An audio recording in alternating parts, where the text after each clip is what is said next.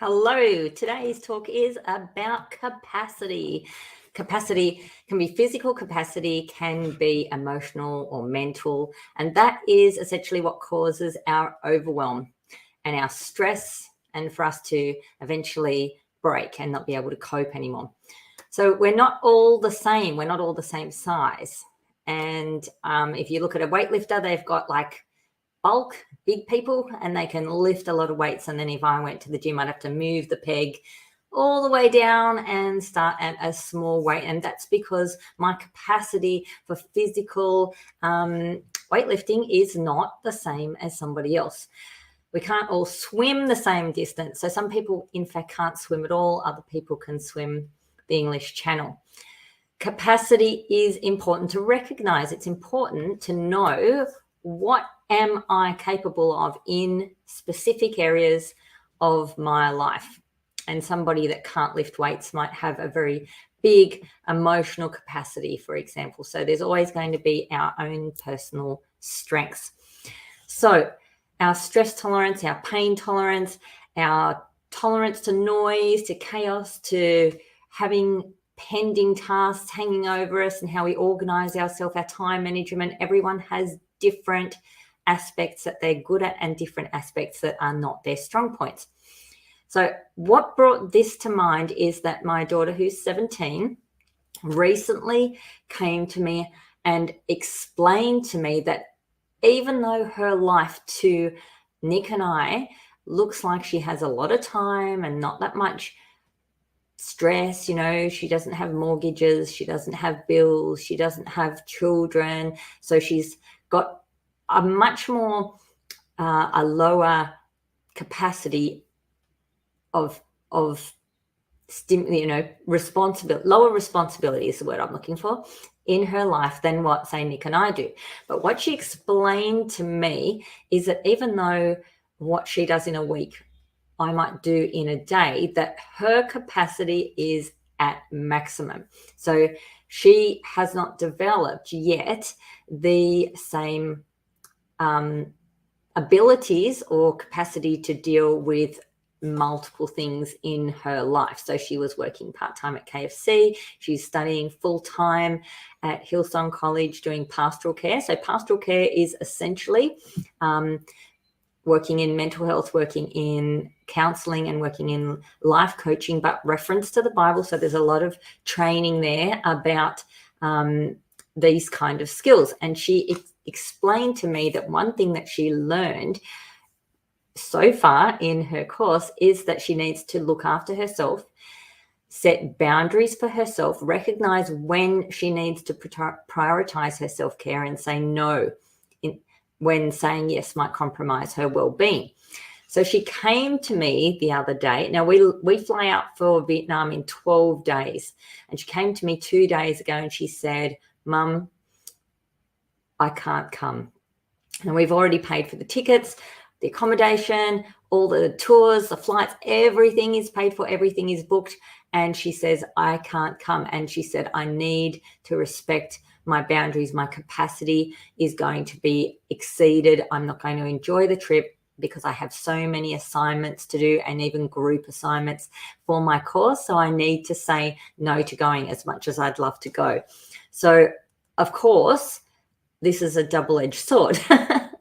I am proud of my daughter that she's found her voice and that she's been able to express her needs, that she is learning to say no, because I know that is one thing that many of us struggle with.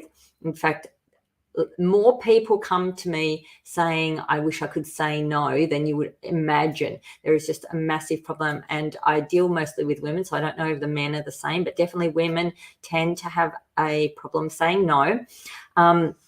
So I'm very proud of her that she has established this ability and this strength, and I want to cultivate it. I didn't want to squash it down, and the first time she says no, I'm like, "Well, how dare you? I've already paid for this trip." I'm like, "Okay, I respect and admire that you have the courage to say this. Do I wish that you'd come to me 6 months ago?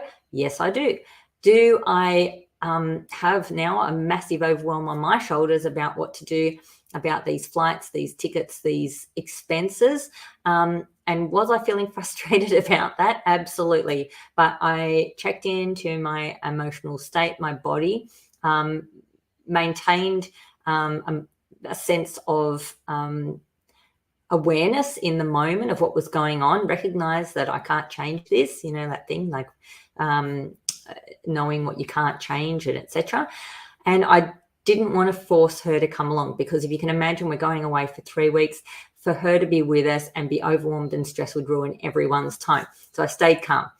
And I reminded myself life will go on in spite of this. So starting to look for solutions. So instead of being like, oh my gosh, I can't believe you've done this to me, starting to look for solutions. Okay, how can I do this? I need to contact people. Can I cancel her flights, get any refunds, or can I transfer the ticket? Now, my granddaughter's 11. She gets on really well with Ollie, and I thought maybe we can take Isabella instead. So we chose option 2.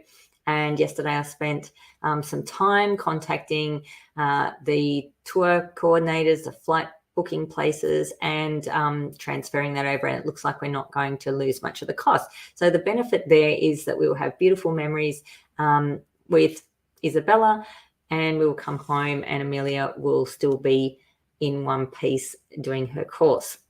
So being able to respect and recognize where you are at capacity in different areas of your life, being able to know when pushing yourself is healthy, or when pushing yourself is going to cause you overwhelm, anxiety, stress, that's going to blow out in areas of your life. And it can blow out in your health, it can blow out in your relationships, it can actually physically knock you to the ground where you end up not being able to do anything. So instead of saying no to a couple of things, keeping it within your capacity, end up just breaking.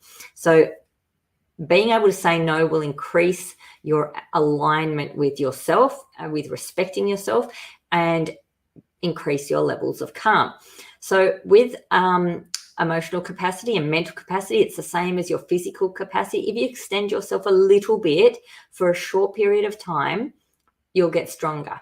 But if you overload yourself on an ongoing basis, you are going to break. So stretching a little bit, like at the gym, you go to the gym, you do like a couple of sets of 10 or 8 or 12 or whatever, and then you stop and you rest, and then you do some more sets, and then you go home and you're not exerting yourself at that level anymore. So that is how you prevent overwhelm. Now, I want to ask you, and perhaps you can journal on this, what areas of your life are you not respecting or honoring your own capacity? You can write these questions down, do some journaling. When are you saying yes when you really want to say no? And maybe it's who are you saying yes to when you really want to say no? So when or who are you saying yes when you want to say no? And how would your life feel different if you listen to your internal compass and were able to advocate and speak up for yourself and say no when you need to? So use those journal prompts. Interested on your feedback. And it's all about expanding our wellness and reducing the things in our life that are causing overwhelm, anxiety, depression, etc. Have a beautiful day.